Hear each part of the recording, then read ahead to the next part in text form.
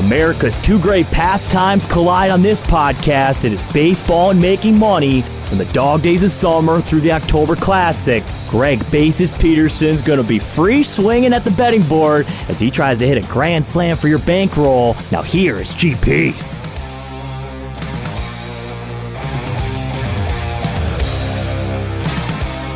Hello everyone and welcome in to MLB Overtime Betting. Greg Peterson broadcasting from the Azuñia Tequila Studios out here in beautiful Las Vegas.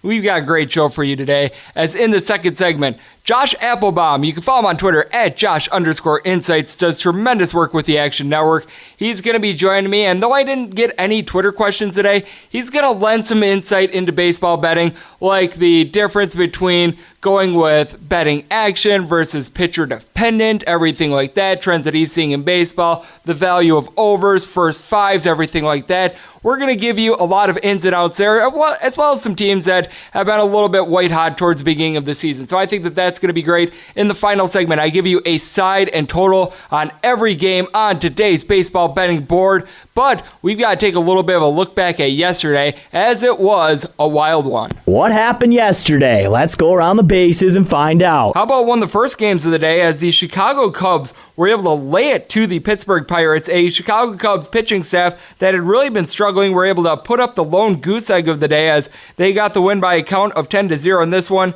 This was a very wacky game, to say the least, as Jameson Taillon got hit by a comebacker early in the game. He went only 2 innings. He gave up 6 runs, and none of which were earned, because in this game you had not 1, not 2, but 3 errors. Committing those errors, good old Kevin Newman at the shortstop spot for the Pirates. He went 1 for 4 in this game, and the Cubs were able to take full advantage of it. Kyle Schwarber hit his 3rd home run of the year. This might have been the get-right pill that the Cubs needed, because they entered in this game 2-7. And then how about Steven Brault coming into the game? He pitched 3 innings, gave up 4 runs. Just not a good showing for the Pirates, who were just in that fight a couple days ago, and exactly what the Cubs needed. The other early game was also played in Chicago, as it was the Rays being able to get a 5-1 win over the Chicago White Sox. The Rays bullpen once again gets it done, and Blake Snell had another quality outing. 6 innings pitch, 11 strikeouts. He did give up a dinger in this one. That dinger was hit by Jose Rondon of the Chicago White Sox, but past that, the Rays were rock solid. This is a team that you really have to be looking at unders with at this point.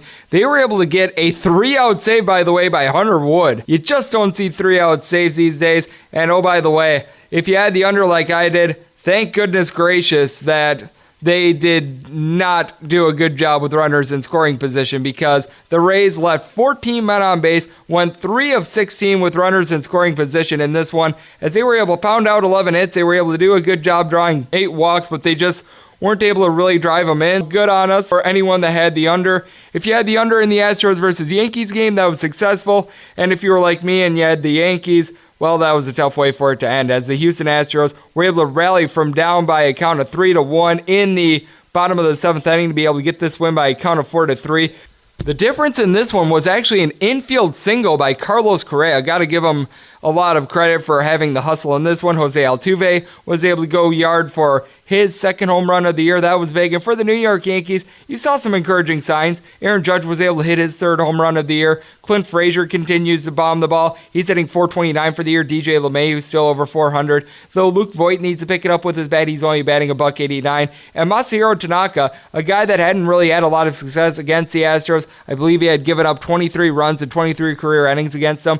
He was able to go for a strong 6th-inning performance. He gave up 1 run, had 2 walks in this game, wasn't really striking guys out, but it was Zach Britton and Ottavino that really gave it up in this one. Britton wound up giving up 2 runs in the contest, and then Adam Ottavino in the 8th inning gave up that infield single that allowed the Houston Astros to be able to get that win. And staying in the same division, the Baltimore Orioles really laid it on a Oakland A's team that you have to think was tired after they lost by 1 run against the Houston Astros the day before. They had to travel cross country. And in this one, Mark Canha was able to get a home run for the Oakland A's. That was his 2nd of the year, but they went 0 for 8 with runners in scoring position. Meanwhile, the Baltimore Orioles, they were hitting the ball all over the yard. Trey Boom Boom Mancini had a home run in the 1st inning. Jonathan Villar had his 3rd dinger of the year. Chris Davis went 0 for 5. He was the only player other than Jeff Rickard to not get a hit, and even Rickard was able to draw a walk in this one as everyone was hitting the ball for the Baltimore Orioles. VR was able to drive in 4 runs. Trey Boom Boom Mancini had 2 RBI as well. And something that you have to like to see for the Baltimore Orioles was Cedric Mullins being able to get 3 RBI in this contest as well at the bottom of the lineup. Jesus Sucre was also able to get 2 hits. Encouraging signs for the Orioles, and in that part of the country, it was the Phillies being able to make a late charge against the Washington Nationals, get a win by a count of 4-3. The big difference maker, a guy by the name of Rhys Hoskins, as in the 8th inning, he was able to hit a home run as that put the Phillies up by a count of 4-2, and that was the difference because in the 9th inning, Brian Dozier was able to hit a solo home run for the Washington Nationals, but also in this game, Hoskins hit a home run in the 6th as well that put the Phillies ahead. That was his both 4th and 5th home runs of the year. He has been doing a great job at the top lineup, and this Phillies lineup in general is just murderer's row. Andrew McCutcheon's only hitting .212. JT Realmuto hasn't gotten going, but Bryce Harper hitting .345. Hoskins .367. You got Sean Kingery. You got to think that he's going to be able to get things righted. He had 2 hits in this game. Odubel Herrera is hitting above .300. This is a team that's just loaded with weapons.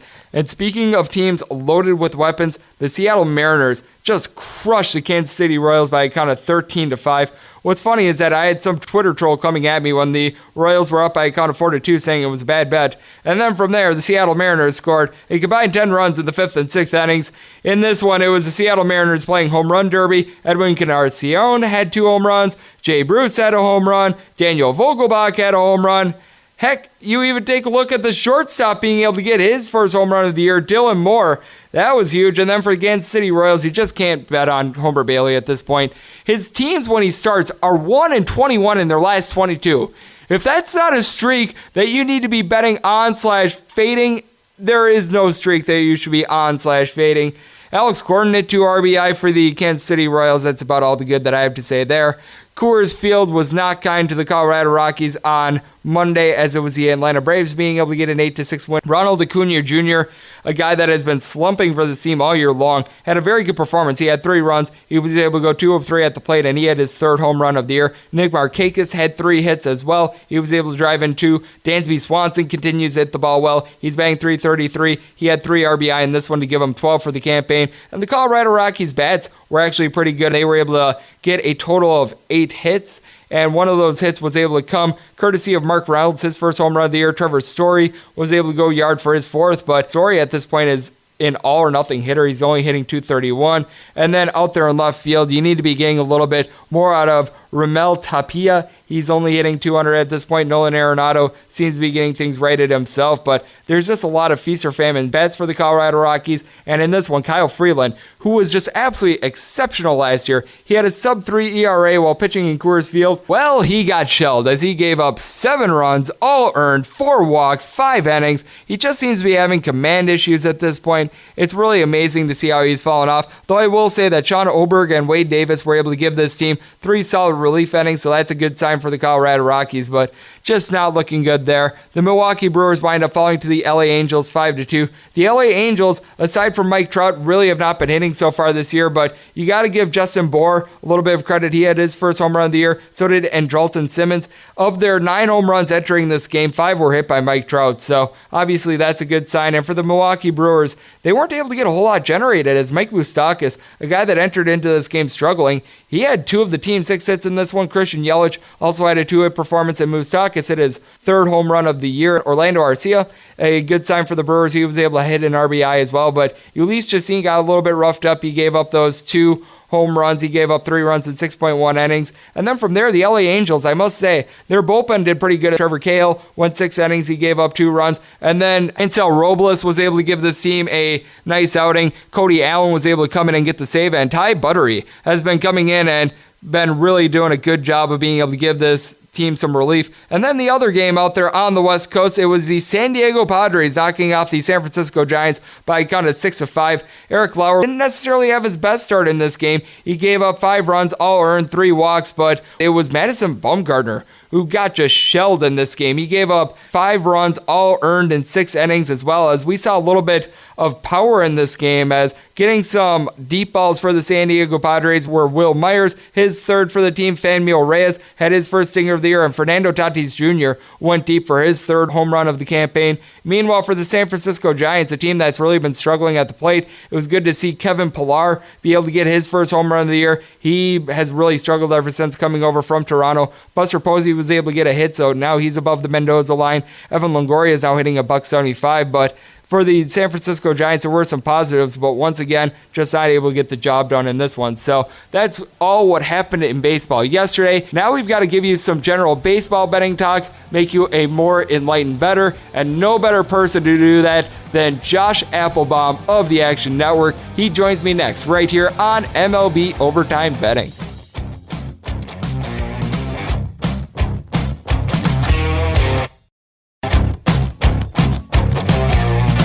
Greg is going to the bullpen as he makes a call to the Azuña hotline. And we are back here on MLB Overtime Betting from the Azuña Tequila Studios out here in beautiful Las Vegas. Many of you guys know my buddy Josh Appelbaum. You can follow him on Twitter at Josh_insights. Does tremendous work for the Action Network. Joined me a lot throughout the college basketball season. Has joined our podcast, That's Gold with Steve Heitner, quite a bit. And now he's joining me right now to talk a little bit of baseball because, Josh, if I remember correctly, this is one of your favorite sports to bet on. Absolutely, Greg. And once again, great to be with you. Thanks for having me on. It was a pleasure. But yeah, baseball, for me, it is one of my favorite sports to bet on. The one thing I do try to do is just try to, I work with new bettors who may bet, football, basketball, and are kind of new to baseball. I love baseball, but I think it also comes with a surgeon's general warning. Baseball is very volatile. And it's such a long season. And there's just, for me, I love it because there's so many opportunities. There's so many different games, 10, 15 games every day. It's such a long season. So on the one hand, you have just a volume sport where, typically you want to limit your number of plays, just the best games on the board. But if you see an edge there, you really got to get down on it. But it's also the fact that, it's such a long season and there's more ups and downs in baseball than any other sport. So I just try to caution people to really just keep that grinders to blinders mentality going. You could have a terrible April and want to quit, and then you could absolutely catch fire in June and July. So it's just such a long season. But really one of the reasons I love it is a money line sport. So unlike, football or basketball, unless you do the run line, you're usually just picking who's going to win the game instead of having to worry about who's going to cover. If you focus on a lot of plus money dogs, underdogs in general, specifically in the division, that's kind of a spot that I really like, divisional dogs on the road. The beautiful thing is, if you're betting basketball and football and standard minus 110 juice, you got to win 52.38% of your plays just to break even. So really 53% or more, that's when you're making money. But with baseball, if you do get down on a lot of these dogs and, you kind of limit your huge favorites, try to lay off as many big favorites as you can, you could win 47, 48% of your bets, but still make money based on those plus money payouts. So I love baseball. It really is such a grind and the ultimate grinder sport for betting, but you just got to know what you're getting into, which is why I think, flat betting and knowing betting to risk, not betting to win, and, action versus listed pitcher, these little things that I'd love to talk with you about, Greg, and obviously, but yeah, it just does come with a caveat. Just know what you're getting into. Once you know that, I think you'll be pretty good overall. Yes, there are some days where in baseball, you are the greatest man alive. You look like Mr. Rain Man. And then there are other days where it looks like you can't pick your nose because when you do take a lot of these underdogs, which is something I advocate for, I am always someone that I think that it's important to limit your juice as much as possible. It's huge. It's something that I'm noticing in baseball this year is a lot of these totals, they're coming nowhere near the closing number. If you have a total of 8, you're either going to have like 15 runs in the game or you're going to have 3. It just feels like there's no in between. I don't know about you, but I'm one of those people that whenever I see a line floating out there, say that I like the under of 8.5, instead of maybe taking a 9 and laying minus 120 juice, I'd rather lay the 8.5, try to get even money or plus 105 because I'm just noticing that there's none of these games are falling on that line. Yeah, I totally agree with you there, Greg. And obviously, we always advocate that Sports Insights and the Action Network, shopping for the best line, having multiple accounts at several different sports books. I've been noticing that too. if you can get an under 8 minus 120 or an under 7.5 at plus 105, that half run is a massive, massive difference. Overall, it does make a huge difference. But I agree with you. These games are just, that's really the volatility of April. It's a new sport, a new season, and, the weather's not great. We've seen some awful bullpens blow it here. So I've been definitely finding myself, if I can get an under 7.5 at plus 105 even money versus an 8, under minus 120, I have been noticing that, it really hasn't mattered that much. And I think, that'll come back in the end, but especially this time of year, if I can maybe take a half run off, but get a plus money payout, get it even money, I don't think that's a problem there at all. And, I'm a guy who loves sweating unders. Kind of mentioned this on my Twitter page, but just over the last 4 years, unders in general, cash rate has gone up by like 1% each year. So 2015, it was like 48%, then 49, then 50, then 51.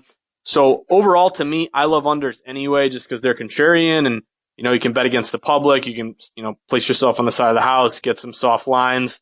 But really, I think the unders, ironic to say I'm on the Cubs under, wind blowing in, and Kevin Newman makes 2 errors and would have gotten out of it. And now it's 10-0 Cubs, and I lost my under in the 4th inning. So, that's a bad example, but I just think unders in general are going to be extremely undervalued. I think, the nerds are kind of killing baseball and sabermetrics, the shift between every at bat. You see a guy take the card out of his back pocket, know exactly where to shift every player.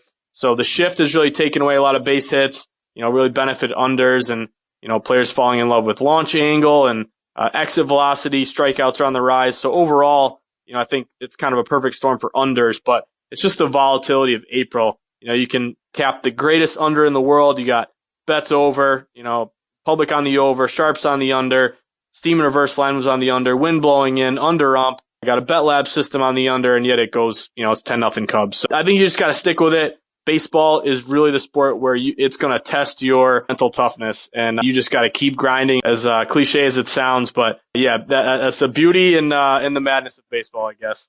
We've got Josh Appelbaum of the Action Network joining me right here on MLB Overtime Betting. And something that I've noticed from the first week and a half to 2 weeks of the year so far in baseball is, you mentioned the unders. It feels like these first 5 unders are cashing at an insane rate. And then you take a look at for the game, it feels like overs are where the money are right now, because what I'm noticing is that these bullpens can't hold a lead to save their lives. You have a couple good bullpens out there. The Tampa Bay Rays have been absolutely sensational at being able to hold leads. The San Francisco Giants, ironically enough, very good under team. But what we're noticing is that these starting pitchers are great and these bullpens are awful. I think it's going to even out towards the year, but it also feels like these totals are just being set a little bit too low for the game. And in the first 5, they're not really being adjusted accordingly. I agree with you. And I think, it's kind of based on maybe the liability they're getting. I think a lot of new bettors, and I noticed, I tweeted this earlier, but the ticket counts we're seeing on these baseball games from our data are unbelievable. I mean, generally these games we're looking at, 10,000, 13,000, 15,000. Dodger game, the Sunday Night Baseball game, we track 17,000 bets. And that's only from a couple contributing books that we get the data from. So I think, the rise of basically square bettors, new bettors, states legalizing betting, these ticket counts are rising. And I just think a lot of these public bettors, they may not even know what first 5 is, what first half is, first 5. So I think maybe the books are not too worried about that, but it does open them up for, sharp like you, Greg, coming in there and hitting, DeGrom under first 5. I think death taxes and DeGrom under first 5. I think he's like 26-3 his last 29 or some crazy stat like that. But I agree with you. I think, as a bettor, you always want to maximize your edge. I can tell you a million times how I've had an under, it's looking great, and then Fernando Rodney comes in the 9th and blows it for me. So if you can focus on spots. Fernando Rodney. Yeah, don't even, that name is. And how about Jesus Familia, which I always say is Spanish for blown save. I love that. Exactly. The same exact thing. But if you do your homework and you see, hey, I'm not confident in this bullpen, but you got, 2 good pitchers going head to head. Maybe it's a 1-0 game, a 0-0 game through 5. Another thing I like to look at is, the wind. Is the wind blowing in? You got a home plate ump, shadows. You got kind of a 2 o'clock, 4 o'clock game.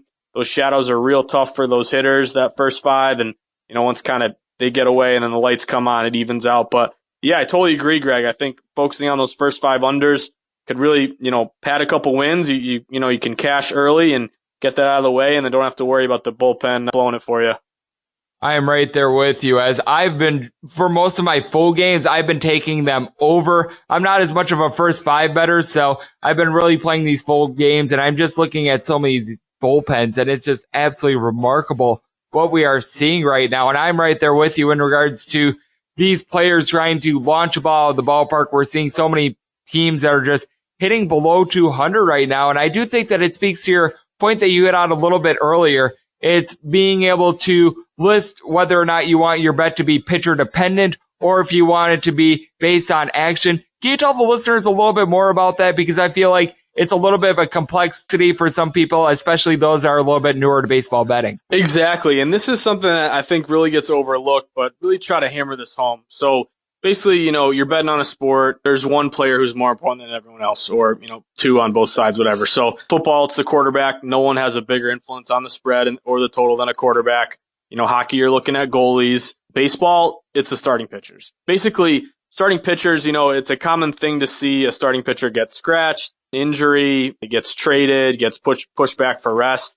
And when a pitcher gets scratched and he gets replaced by someone, the line can absolutely skyrocket one way or another. Basically, when you're betting baseball, you get afforded, two different options. You even get, 4 different options depending on which you can select one pitcher or just one, but whatever. So basically, you can either bet action, which when you go place a bet at an online account or you walk up to a window in Vegas or whatever legal state has legal betting, and you just say, I want $50 on game 321, Red Sox minus 150.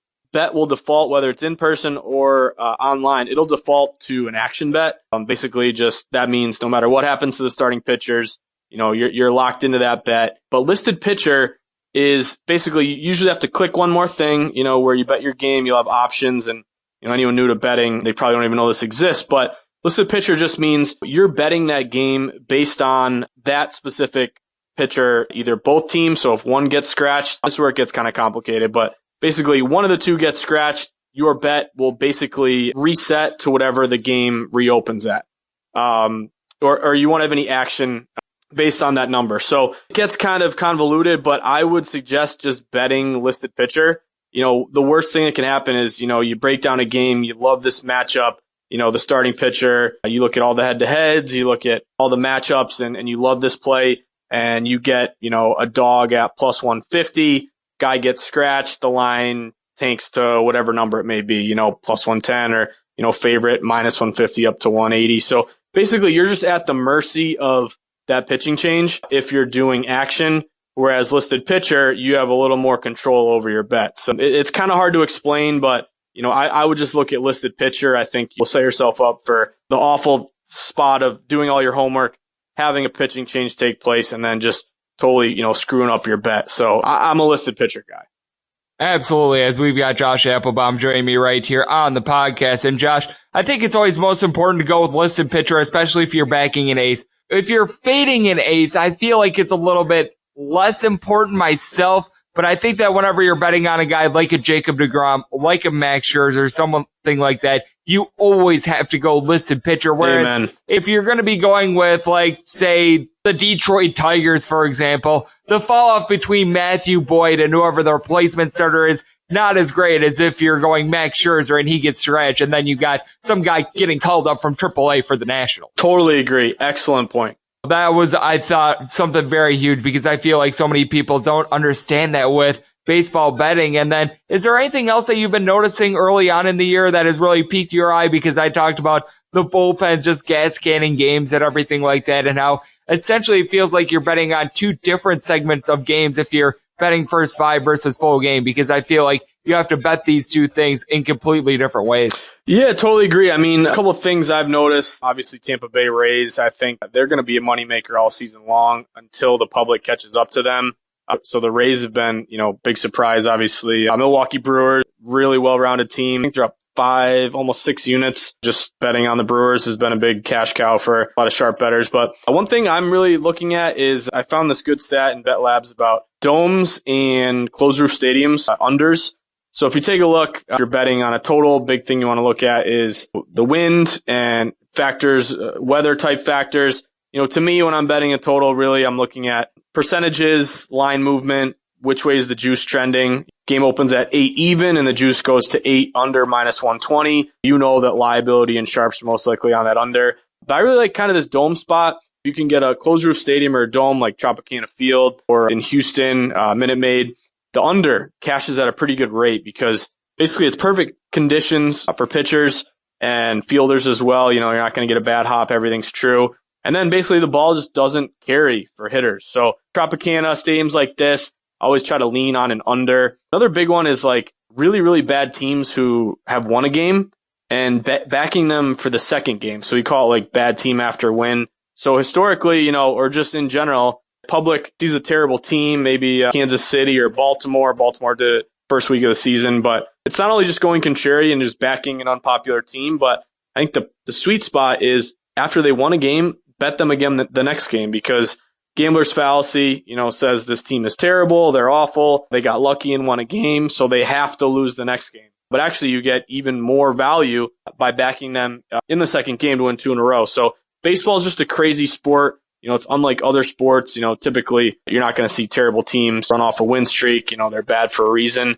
But just those spots like a team who's got a sub 400 win record and they're getting less than 20% of bets and they won the previous day. I think it's only like a 44% win rate, but you have big money won, big ROI. So kind of is that ultimate buy low, sell high mentality. And it's gross. You got to back some of the worst teams, but I think the worst thing you can do is just fall into that gambler's fallacy where a team's on a win streak means they have to continue winning. A team sucks, it means they have to lose. So the books always know that, and you can really take advantage of kind of that public bias by buying low on bad teams. Absolutely. I think that you're right there on everything except just don't bet the Baltimore Orioles. They're an unbackable side for me right now. Although I will say Orioles overs have not been too bad. What I've noticed with the Orioles is that they've got a couple guys that are able to mash, but man, they're pitching in general. Oh my gosh. You just look up and down this lineup. It is so bad. And can someone give Chris Davis a hit? I feel bad for the guy. Is he off the roids or what? Over 44. This guy's making over $20 million this year. Josh, you and I could do what he's doing right now for a fraction of the cost. Hey, I'll go for 44 for $100K a year. I don't mind. I'll do it for $20. Oh man, Josh Appelbaum has been my guest right here on MLB Overtime Betting. And Josh, let the good people at home know where they can find you on social media and elsewhere. Absolutely, yeah. So you can find me on Twitter at Josh_Insights, writing for the Action Network as always, doing a daily Sharp Report. I do it for pretty much all the major sports, NFL, college basketball. Now I'm doing baseball. So yeah, you can find me on the Action Network, and you can also find my book, The Everything Guide to Sports Betting, on Amazon and Barnes & Noble. Terrific. A big thanks to Josh Appelbaum for joining me right here on MLB Overtime Betting. And now that we're a little bit more enlightened, it is time for me to give you a side and total on every game on today's MLB betting board as we touch them all.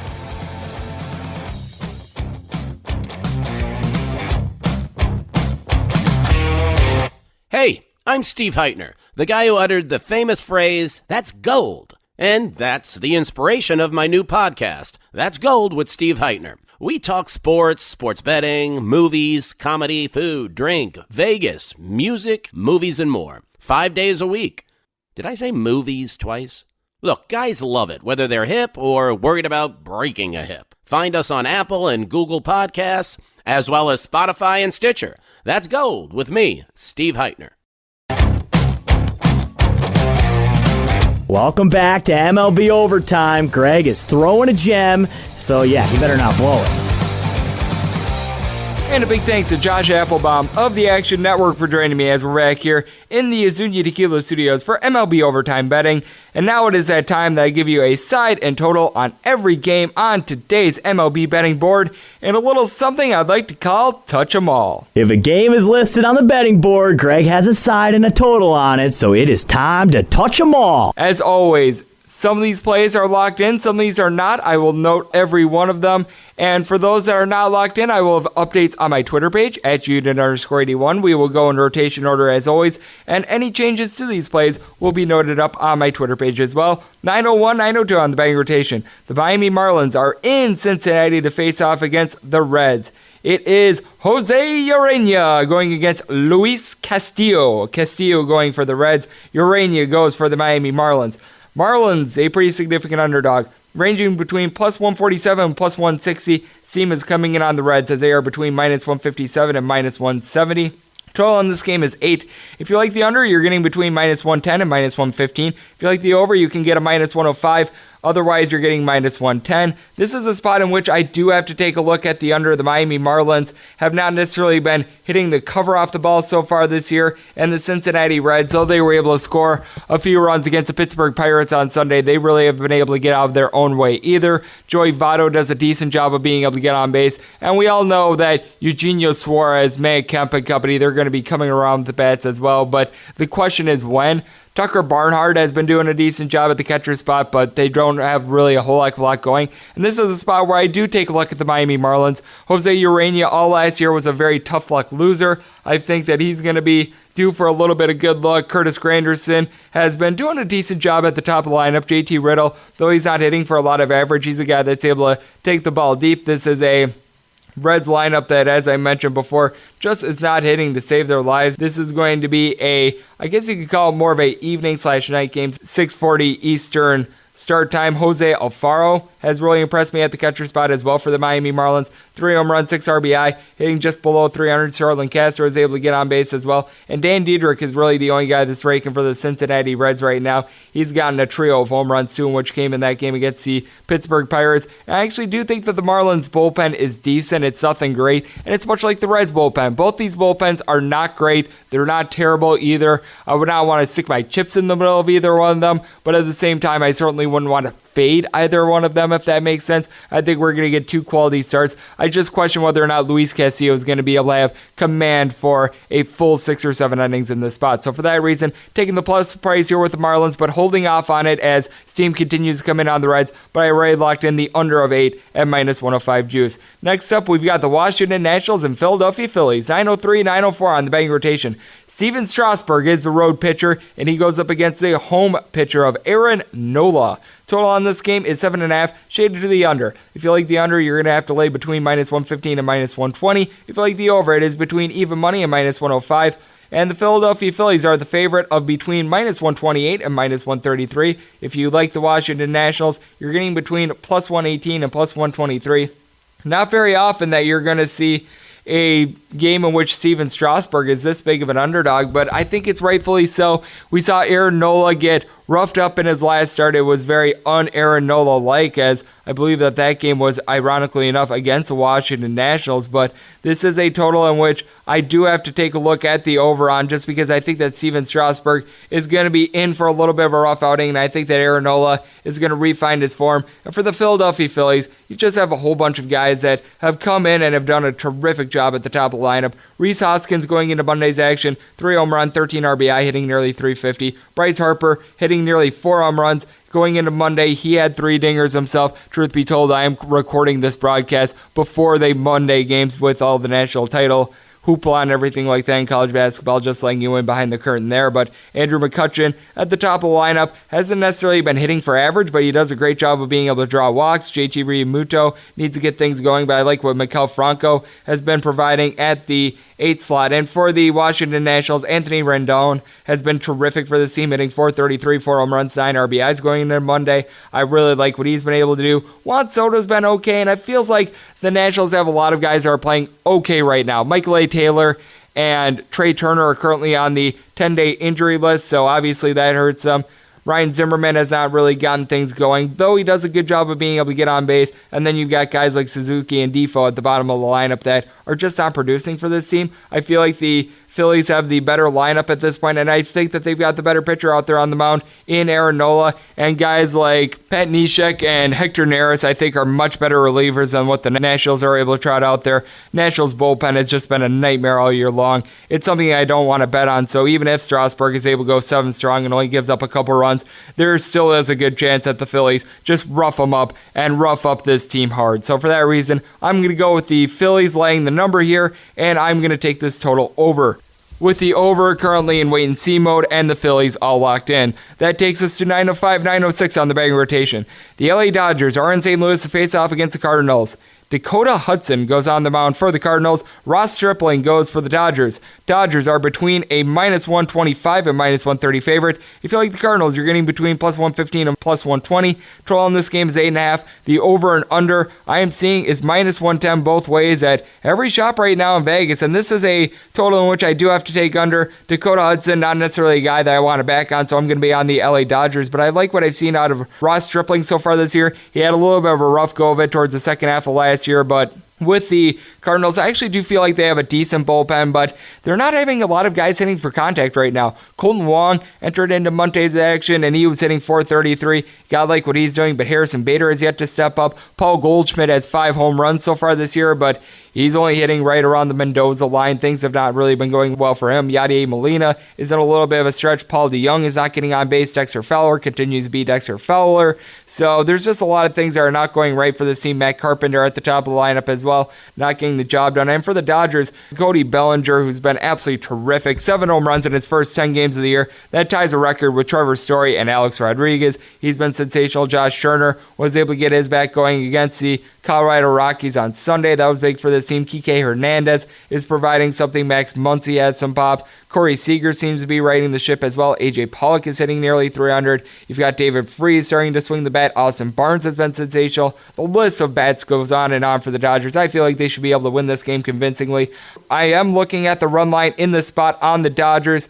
This is a run line that I am seeing ranging between +120 and +130. I already locked in +130. I do think the Dodgers should be able to win this thing by multiple runs. I just do not have any belief in Dakota Hudson, and in his first outing of the year, he just got completely shelled himself, so that helps me really feel good about this bet just because Hudson, we saw him look a little bit shaky in the bullpen. He didn't have good command, and he just clearly did not have that to begin the year as well. For that reason, I'm going to be on the Dodgers run line in this spot, and I'm going to take this total under. Both of these plays are all locked in. 907, 908 on the betting rotation. You got the Atlanta Braves in Colorado to face off against the Rockies. The Rockies sent out their German Marquez, and for the Atlanta Braves, you got Max Fried at last. The total on this game I am seeing is between 10.5 and 11. If you like the 10.5, the over is -115 to -120, which makes the under between even money and -105. If you like a total of 11, under is -120 across the board. The over is even money. And then if you like the Colorado Rockies on the money line, that is between -132 and -135. And the Braves are getting between +122 and +125. Max Fried had a very good outing in his last start, but he's been a very inconsistent pitcher in his time in the big leagues. I know it's been very brief, but I just have a tough time being able to have a whole lot of confidence in him. And I do think that the Rockies bats are going to be able to awaken in this one. Nolan Arenado got off to a little bit of a rough start to the season, but I think that he's going to be able to get the ship righted. Ronald Acuna Jr. has been struggling for the Atlanta Braves. We've seen Nick Markakis be able to step up and give this team some production, but Josh Donaldson in general, not hitting for this team. He's below 200 so far this year. Inciarte is hitting below 200 as well. It's been a little bit of a rough go of it for him, though I will say that Dansby Swanson's been doing a good job. And then for the Colorado Rockies, I like what Charlie Blackmon provides at the top of the lineup. Trevor Story, you got to think, is going to be able to get going as well. He already has 3 home runs, but his batting average just has not been there. I do think that the deep ball in general for the Colorado Rockies has been lacking, and it's something that's going to get going as well. Ian Desmond has not really been having a good go of things recently, and you've got Ryan McMahon now on the 10-day injured list, but for the injured list for the Atlanta Braves, they still have Mike Fultonavich on there along with Brian McCann. Their relief pitching has not been very good in general, so I think the Colorado Rockies are going to be able to get to them, and Marquez has been a very good pitcher the past couple years as well. I do think that he's going to be able to give the Rockies a good outing, and I feel like the Rockies' bullpen is also a little bit improved. I think they're going to be able to do a good job of holding the Braves to 4 or fewer runs, and I think the Rockies are going to be able to win this game on the run line. I wound up getting a run line price of the Rockies at +140. I'm seeing this between +120 135 and 140 out there in Vegas, and I already locked that one in. And then in regards to the total on this one, I'm currently in wait-and-see mode, trying to see if I can get a little bit more favorable juice on under 11 runs. 909, 910 on the betting rotation. It is Joey Lucchesi going for the San Diego Padres, who are on the road, and they are facing off against the San Francisco Giants. Going on the bump opposing Joey Lucchesi is going to be Derek Holland. Total on this game, I am seeing is 7.5 with it shaded to the under. Under is between minus 115 and minus 120. The over is between even money and minus 105. If you like the San Diego Padres, you're going to be laying between minus 118 and minus 125. If you want to take a shot on the Giants, you're going to be getting between plus 108 and plus 115. So this one is ranging a little bit, but I do think that Joey Lucchesi is a little bit of a better pitcher in this spot. Derek Holland had a little bit of a better year last year than he's had in the past, but can sometimes give up a little bit of hard contact. And with the San Diego Padres, I think the way that they've been hitting so far this year, Manny Machado has been coming around with the bat. He entered into Monday's action with 2 home run and 5 RBI. Will Myers is able to hit for some power. Hunter Renfroe, I feel like, is a very underrated player. He entered into Monday's games with 3 home runs, 6 RBI, and hitting nearly 370, so he's been doing good. Fernando Tatis Jr. seems to be getting a little bit more used to being in the major leagues as well. And for the San Francisco Giants, nobody's hitting for this team right now. Buster Posey entered into Monday hitting 2 bills. Evan Longoria was hitting below the Mendoza line. Kevin Pillar was not hitting to save his life. Brandon Belt hitting 229. He has 3 home runs, but he's not getting on base. And this is just a San Francisco Giants lineup that is not giving any support to their pitchers whatsoever. I will say that the Giants in general have some good pitching, but I do think the Padres are going to be able to get to them. I do think that Lucchesi is going to give up like 2 runs in this game, so I did wind up playing this total over. I'm right now in wait-and-see mode on that, and I'm currently in wait-and-see mode on the Padres as well. I'm noticing a little bit of money coming in on the San Francisco Giants, so right now waiting to see where this winds up, hoping to get more of a minus 115 or minus even 110 if I'm really lucky with the Padres. But I'm going to be back in the Padres and their terrific bullpen in this spot, and I am going to take the over in this game as well, trying to see if this dips down to maybe 7 with a minus 110 juice on that one. We move on to 9-11, 9-12 on the betting rotation. It is the Cleveland Indians, and they are on the road to face off against the Detroit Tigers. Jordan Zimmerman goes for the Tigers. Meanwhile, Corey Kluber goes for the Cleveland Indians. Total on this one is 7.5. If you like the over, you're getting between minus 110 and minus 120 juice. If you like the under, you're able to get an even money juice out there at Caesars. Otherwise, you're going to be getting minus 110.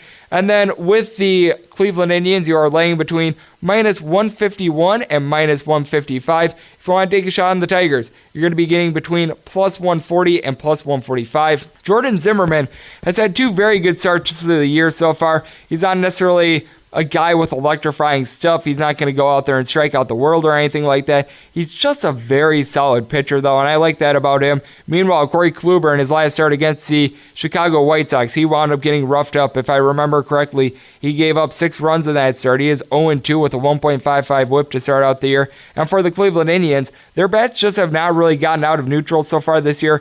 They were able to get a 3-1 win over the Toronto Blue Jays, but for the year, this is a lineup that's hitting right around 200, if not a little bit below that. Leonis Martin, Jose Ramirez, and Jake Bauers at the top of the lineup, who were the 1 through 3 hitters on Sunday, all hitting below 300. Kevin Plawecki is hitting 100. Allen out there in the outfield is hitting 050. This is just a lineup that is not necessarily getting the job done. We know that Francisco Lindor is on the disabled list. I should actually say the injured list to go with the 2019 term, but Brad Miller is right now the guy that's getting starts at second base. He's hitting just above 100. It just has not been going well for this Cleveland Indians team in general. They're getting no hitting. Meanwhile, for the Detroit Tigers, let's put it this way, they haven't necessarily been lighting the world on fire, but you do like that Christian Stewart was able to hit a grand slam a couple days ago against the Kansas City Royals. Nick Castellanos is hitting nearly 300 for the squad, so they seem to be on a little bit of an uptick there. You've got Miguel Cabrera, who you know at some point is going to hit. It's not a matter of if, it's more of a matter of when. And I do like the fact that out there in the bullpen for the Detroit Tigers, you do have a couple reliable arms. Jose Jimenez has been good for this team. Shane Green is a very good closer for this team as well. I believe that he's closed out in all of the Team 7 wins so far this year. He's been doing a sensational job in that regard. Gordon Beckham was able to hit a game-winning home run against the New York Yankees about a week ago. So there are some redeeming qualities with this lineup, including Nico Goodrum. So for that reason, I'm going to take the plus price here with the Detroit Tigers. I'm right now in wait-and-see mode on the number that I'm be able to get. And I do think that Corey Kluber is going through a little bit of a funk right now. I do think the Tigers are going to be able to get to him. I think the Indians bats are going to finally start to wake up, so I did play this total over. I did lock in the over at 7.5, but with that said, in wait-and-see mode on the Tigers as I'm going to be playing that. 9-13, 9-14 on the betting rotation. It is the Toronto Blue Jays in Boston to face off against the Red Sox. Chris Sale goes for the Red Sox. Meanwhile, Matt Shoemaker is on the bump for the Toronto Blue Jays. Total on this one is 7.5, shaded to the over. If you like the over, you're going to be laying between minus 115 and minus 120 juice. That makes the under between even money and minus 105. If you like the Toronto Blue Jays, you're going to be getting two bills in this one, ranging between plus 190 and plus 210 for that price on the Blue Jays. Meanwhile, if you like the Boston Red Sox, you're going to be laying between minus 240 and minus 220. So obviously a hefty price to pay with the Boston Red Sox. And Chris Sale looked better in his second start of the year rather than his first one. You could tell that there was a velocity dip in opening day for him. He looked a little bit better against the A's, but I still have my questions with him. And with the Toronto Blue Jays, they have not been hitting worth a lick to save their lives so far this year. Going into this game, I believe that as a team, they are hitting just below 200, so things not going well there, but I do think that this is a team that is going to be able to generate some offense. They have a lot of their relievers on the injured list right now. Clay Buchholz is right now on the injured list. He's probably going to be a starter for them. Justin Smoke is currently day-to-day. We've been seeing him in and out of the lineup the past week, but Freddie Galvis has been doing a great job for this team, hitting 3 home runs, 6 RBI. He's been having a batting average above 300 for the team, so that's obviously good to see. With the Boston Red Sox, they were able to get a nice 1-0 win on Sunday against the Arizona Diamondbacks, but you still have some question with their pitching in general. They've been giving up runs left and right. Mitch Moreland has been doing a good job in the middle of the lineup. He's had 3 home runs that he hit that only run of the game against the Arizona Diamondbacks. J.D. Martinez has been doing a good job in the middle of the lineup, but Jackie Bradley Jr. hasn't necessarily been getting going. Mookie Betts has regressed a little bit from last year. Andrew Benintendi seems to be getting things righted himself, and Xander Bogaerts, he's been okay so far this year. Hasn't been anything great, hasn't been anything terrible, but Steven Pearce and the guys like that have not stepped up the way that they did last year. Eduardo Nunez is hitting below the Mendoza line. Things just not really going well for the Boston Red Sox in general at this point, though I will say that guys like Ryan Brazier and Brandon Workman and company have been doing a good job out there in relief pitching, so I will give them that. But I just have my questions with Chris Sale right now. If you're going to give me $2 with the Toronto Blue Jays, I'm certainly going to take it. I'm in wait-and-see mode just to see how far this line is going to tick up, but I'm going to be on the Toronto Blue Jays in this spot. And with the way that the Blue Jays have just not been hitting to save their lives, and the way that I think that the Blue Jays are going to be able to get a quality start in this one out of Shoemaker, I'm going to take this total under, and I already locked in the under of 7.5 at even money. That takes us to 9-15, 9-16 on the betting rotation. The Tampa Bay Rays are in Chicago to face off against the White Sox. Irvin Santana goes for the Chicago White Sox. Meanwhile, for the Rays, it is Charlie Morton. Total on this game is 8. Shaded to the over between minus 120 and minus 125. That means that if you like under 8, you're getting between even money and a plus price of plus 105. I'm seeing 108.5 out there as well. That under is minus 115. Over is minus 105.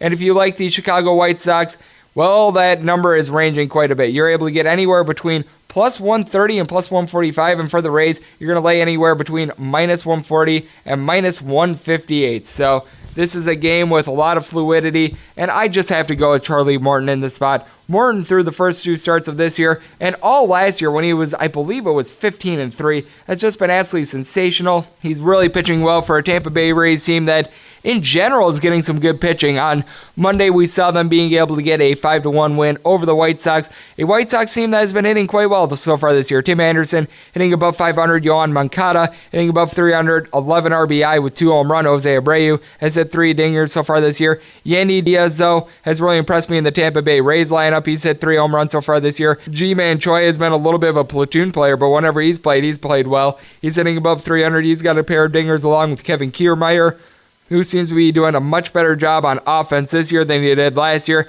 And what are you honestly going to get out of Irvin Santana?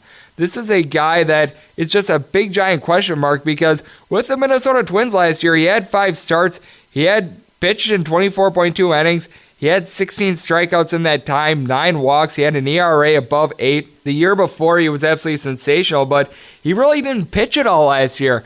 I just cannot put my chips in the basket of a guy that I haven't really seen pitch much. I think that he's going to go a very limited amount of innings, and from there he's going to turn it over to a bullpen that, let's face it, not very good. I will say the Tampa Bay Rays in general don't have a lot of guys that are raking. Austin Meadows is decent at the top of the lineup, but I do think that this is a total that stays under. I took the plus price of under 8, but this is a spot where I just have to take a look at the Tampa Bay Rays. I think that they're going to do a good job of holding down the Chicago White Sox, who have a lot of famine bats as well. I mentioned all the guys that are really hitting and hitting well for this team. How about the guys that are not hitting so well? Daniel Polka just has not gotten out of his own way so far this year. Adam Engel hitting below 200. Wellington Castillo is hitting 133. He's been absolutely awful. Eloy Jimenez is starting to come around with the bat, but you've got Rondon at the second base spot. You don't know what you're going to get from him game to game.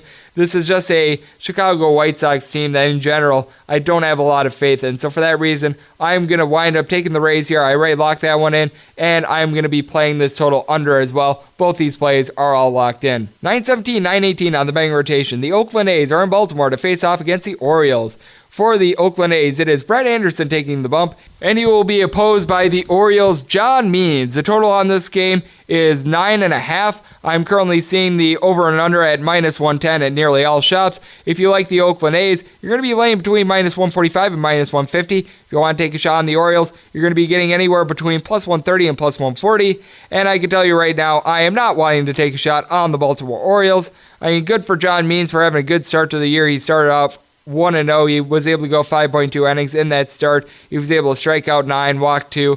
I just don't see that being the case again. I have absolutely, in all honesty, no idea who that was until about a week ago. Meanwhile, with Brett Anderson, he's not necessarily a great pitcher, but I do think that he's going to be able to do a good job of being able to get some outs against a Baltimore Orioles lineup that we're really seeing coming back to earth. And Brett Anderson, through 2 starts so far this year, has actually been pretty darn good.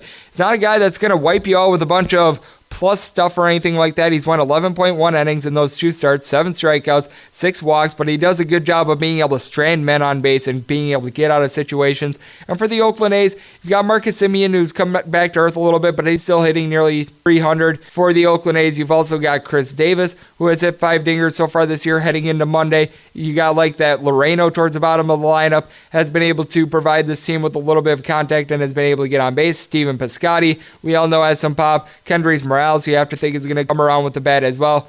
Mark Canha has been hitting only 200 so far this year, but he had a home run a couple days ago as well. So I do like the way that this Oakland A's team is trending. And for the Baltimore Orioles, they may have had their best spurt of the year early, as Trey Boom Boom Mancini has been doing a good job of being able to hit for this team, but you've got the other guys like Jonathan VR, they're able to get on base, but who past that do you really have confidence in? Jesus Sucre has come back to earth. Chris Davis starts off the year 0 for 44. Alberto at the third base spot has been doing a lot for this team, but Rio Ruiz was held out of the lineup yesterday, so I'm waiting to see what's happening there. All in all, I just think that this leads to the A's run line in this spot, and the A's run line is a number that I'm currently seeing between even money and plus 105. I'm trying to see if I can get a little bit more of a plus price there.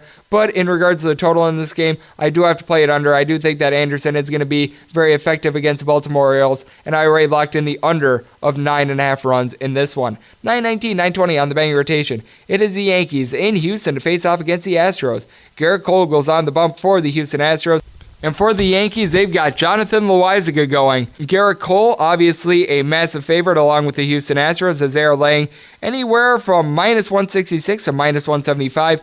The Yankees are a plus 155 to plus 160 underdog. Total on this one is 8, and I am seeing the juice range quite a bit. If you like the 8, that is minus 110 on the over, minus 110 on the under, all across the board. And then there are a couple 8.5s popping up as well. If you like the over on 8.5, that is between minus 105 and minus 115. And the under is between minus 105 and minus 115 as well, as we are seeing this total tick down to 8 nearly everywhere, so that tells you that a lot of people are in on this under, and I am as well. I already locked in my under of New York Yankees versus Houston Astros at 8.5 at minus 105. I thought that was a total steal right there. Loáisiga has been doing a little bit of a better job of pitching so far this year, and Garrett Cole still is a guy that's going to generate a lot of strikeouts. We know just how banged up the New York Yankees lineup is. They're currently without Miguel Andujar. They're probably going to be without Didi Gregorius for the foreseeable future. Giancarlo Stanton has been banged up. He's currently on the 10-day injured list as well. We know that Luis Severino is out, though that has to do with the pitching. I do think that Loaizaga is going to be able to give them a quality start. And with the Houston Astros, their bats seem to be waking up a little bit. Michael Brantley has had a good couple of games. George Springer and Alex Bregman seem to be getting things in order as well, but this is an Astros team that they've really been streaky with the bats. Some nights are hot, some nights are cold. You don't know what you're going to get from night to night out of guys like Tyler White, Jake Marisnick when he's in the lineup as well, so I do feel like there's some question marks there. You also have Robinson Chirinos, who's not hitting for this team at the catcher spot as well, and Carlos Correa hasn't been doing great for this team. And then for the New York Yankees, Brett Gardner is in a little bit of a slump. Luke Voit isn't necessarily hitting for contact, but he's doing a good job of generating power. Gary Sanchez hit 3 home runs a couple days ago. Gleyber Torres has been great, and DJ LeMahieu, along with Clint Frazier, have both been doing a great job of being able to give this team a high on-base percentage and have been able to get on base in general. I just feel like the price on the Yankees is way too high here. I'm in wait-and-see mode on this price, but I'm going to take a shot on the Yankees. And as I mentioned before, already locked in this total under 921, 922 on the betting rotation. The Seattle Mariners are in Kansas City to face off against the Royals. Jacob Junis goes for the Kansas City Royals. Marco Gonzalez goes for the Seattle Mariners. The Mariners are between a minus 115 and minus 123 favorite. This number is bouncing around a little bit. Meanwhile, you take a look at the Royals. You are getting between plus 105 and plus 113 on them. Total on this one is 9. The 9 is between minus 110 and minus 115 juice. The under is between minus 105 and minus 110. Junis is having a little bit of a better year this year than he did last year, 2 years ago. He was a pretty decent pitcher. He wasn't anything great, but he wasn't anything awful. But Marco Gonzalez has actually been really good for the Seattle Mariners so far this year. In 3 starts, he's 3-0. He has a 3.20 ERA. He's not a guy that's going to strike out the world or anything like that, but he does a good job of being able to limit hard contact. He pitches a little bit more to contact, and he's got great control. He's only had 3 walks in those 3 starts so far this year, so I really like what I'm seeing out of him. With the Kansas City Royals, you've got a bunch of guys that do a good job of being able to not strike out, but they don't necessarily have a lot of power. You take a look at guys like Lucas Duda, Hunter Dozier and company, they're just not really generating a lot of offense. Guys like Merrifield and Mondesi at the top of the lineup that get on base, and Alex Gordon is a decent number 3 hitter, but Jorge Soler and Ryan O'Hearn really doesn't strike fear into you. Meanwhile, you take a look at the other side for the Seattle Mariners, they've got a whole bunch of guys that are starting to rake. Tim Beckham has been just absolutely on a power tear so far. Daniel Vogelbach against the White Sox a couple days ago was able to hit multiple home runs. Malik Smith is doing a good job of being able to get on base. Mitch Haniger is a guy that I really like with his bat. Domingo Santana, other than Cody Bellinger, leads the league in RBI right now. Edwin Encarnacion has great power. Omar Narvaez at the catcher spot is fantastic. Ryan Healy is a guy that's able to hit 25 home runs any given year. Jay Bruce, even though he's not hitting for average, he's hitting for power. This is a Seattle Mariners team that I think should be able to win this game and win this game convincingly. I'm in wait-and-see mode on this Mariners price. I might actually take a look at a run line here as well. I wouldn't be surprised if I do that. I'm going to play this total under because I do like the way that Marco Gonzalez has been pitching. I do think that the Mariners bats can't continue to generate like 8+ runs every single game, so I do think that there's going to be a little bit of regression, but certainly going to be on the Mariners in some capacity, and certainly playing this total under. Under is locked in. Mariners in wait-and-see mode. 923, 924 on the betting rotation. The Minnesota Twins head to New York to face off against the Mets. Jacob deGrom goes for the Mets. Meanwhile, Kyle Gibson is on the bump for the Minnesota Twins. Total on this one is 6.5, and if you like the 6.5, the over is between minus 105 and minus 110. The under is between minus 110 and minus 115. If you want to take a shot on the Twins, you're getting a very big plus price. It is anywhere between plus 190 and 200. If you want to lay it with the New York Mets, you're going to be laying anywhere between minus 215 and in some spots even minus 230. Jacob deGrom definitely carries a heavy price tag with him, and rightfully so. He's been absolutely sensational to start the year. In his last start against the Marlins, he went 7 strong innings. He hit a home run, and he gave up 0 runs. He had more runs at the plate himself than he actually gave up, but I do feel like this is a spot to take a plus price here with the Minnesota Twins. We've seen the New York Mets bullpen just be absolutely atrocious in that game against the Marlins. They proceeded to give up 4 runs in the 2 innings in which he was out. And with the Twins, you've got Nelson Cruz, a guy that's able to provide some pop. Max Kepler has 3 home runs at the top of the lineup. Jorge Polanco has been able to do a good job of being able to get on base for this team. He, for the year, hitting 375 going into Monday's action. So you do have a couple bats that are starting to come alive for the Twins. You've got a couple guys that are a little bit sleepy as well.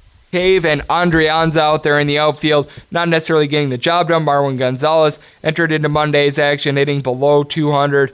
Jonathan Scope is continuing to do what he did with the Milwaukee Brewers, and that's not much of anything at all. And then the intriguing guy for me is Ahir Adrianza. He only has 1 RBI so far this year. He's hitting below the Mendoza line as well, so that's been a little bit tough.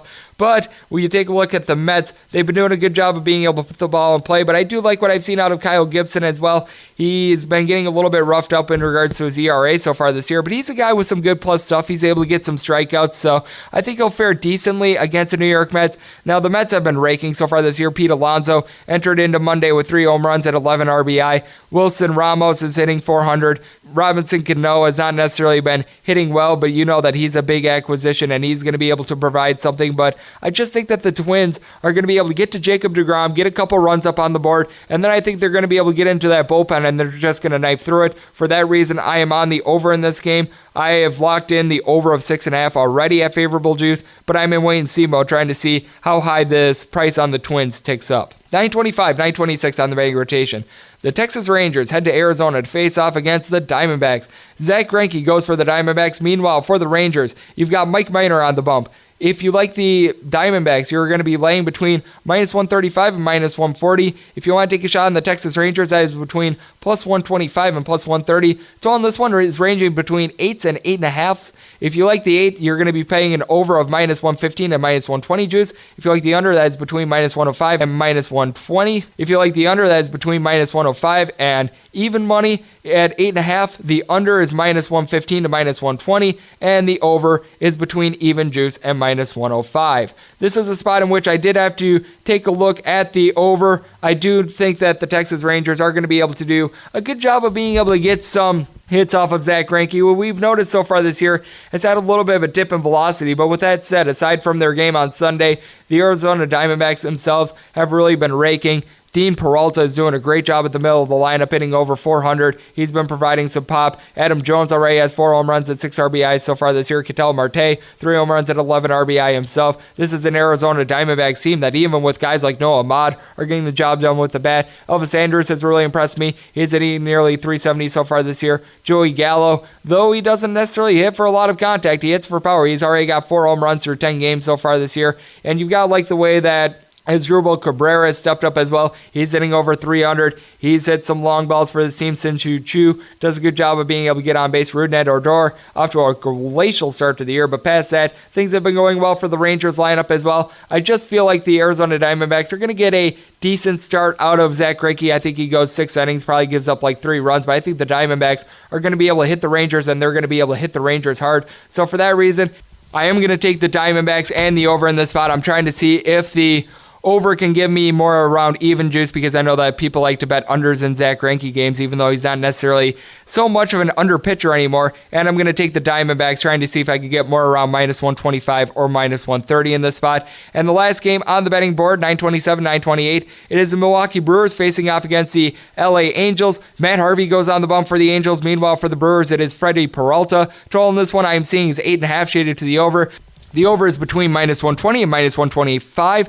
The under is between even juice and plus 105. If you like the Milwaukee Brewers, you're going to be laying anywhere between minus 115 and minus 120. If you want to take a shot on the Angels, you're going to get anywhere between plus 105 and plus 110. This is a spot where I had to look at the Milwaukee Brewers. As we heard from Josh Appelbaum, the Brewers have been one of the more profitable teams out there in baseball, and the outfield of Lorenzo Cain, Ryan Braun, and Christian Yelich have been absolutely sensational so far this year. After a little bit of a rough first outing, Freddie Peralta looked very good in his last start against the Cincinnati Reds, going 8 strong innings, did not allow a run in that game. And Matt Harvey has been a little bit dinged up in 2 starts with the Angels so far this year. He's not showing the same form that he had with the Reds last year. And even with the Reds last year, he was just a little bit hit or miss. He got really banged up in that game against the Rangers. And with the LA Angels, nobody other than Mike Trout is hitting right now. Mike Trout entered into Monday's action, hitting nearly 400 with 5 home runs, but past that, nobody else is doing a good job of being able to generate anything. Peter Borges is hitting below 100. Same with Zach Cozart. You're not getting much out of Andrelton Simmons. What are you going to be able to get out of a guy like Brandon Goodwin, who entered into Monday's action hitting .400, but you can't expect that to last. Jonathan Lucroy has not been his same self ever since leaving Milwaukee. Tommy Lasella and Justin Bohr have not been getting the job done either. And with the Brewers, even though they do have Corey Knebel and Jeremy Jeffress a little bit banged up, I do still like the relief pitching that they have with guys like Albers and company. You got to think that Josh Hader probably won't be available for this game because he pitched 2 2/3 on Sunday, but they still have enough relievers to get the job done. This is a spot where I had to lock in the under of 8.5. We have favorable juice with the Brewers, and I've already locked in the Brewers as well. I think that they should be able to win this game handily, and that will do it for another edition of MLB Overtime Betting. A big thanks to Josh Appelbaum of the Action Network for joining me in the second segment. If you like what you're hearing from this fine podcast, you can subscribe on Apple iTunes, Google Play, Spotify, and Stitcher. If you ever have a question for the podcast, tweet it in at @unit_81, and I'll be talking at you guys tomorrow, as I will be every day throughout the baseball season. Thank you so much for tuning in.